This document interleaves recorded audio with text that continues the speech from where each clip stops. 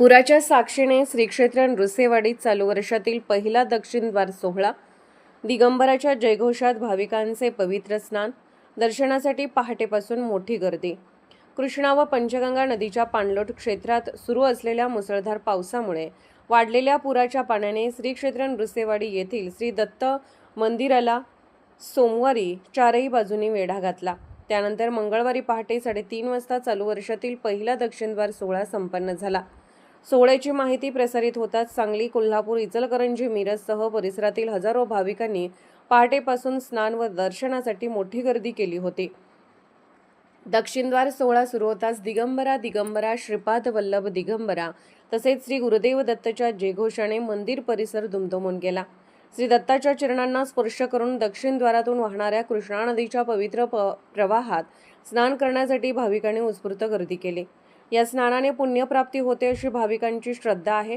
भाविकांची वाढती संख्या लक्षात घेऊन श्री नृसिंह सरस्वती स्वामी दत्त देवस्थानने अतिरिक्त सुरक्षा रक्षकांची नियुक्ती केली आहे.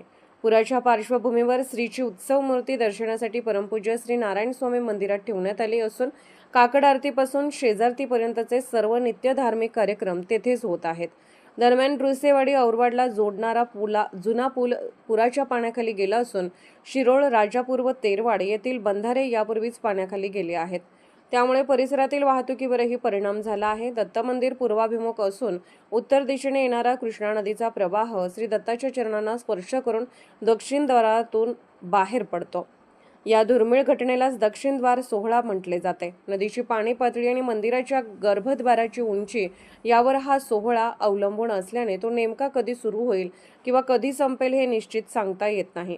पाणी वाढताना आणि ओसरताना असा हा सोहळा वर्षातून दोनदा अनुभवायला मिळतो. देवस्थान समितीने दिलेल्या माहितीनुसार दररोज सायंकाळी धुपारतीनंतर कृष्णा नदीची पूजा व इंदुकोटी स्तोत्राचे पठण केले जाणार असून अन्नछत्रातील महाप्रसादाची सेवाही नदीचे पाणी मंदिर परिसरात राहेपर्यंत नियमित सुरू राहणार आहे.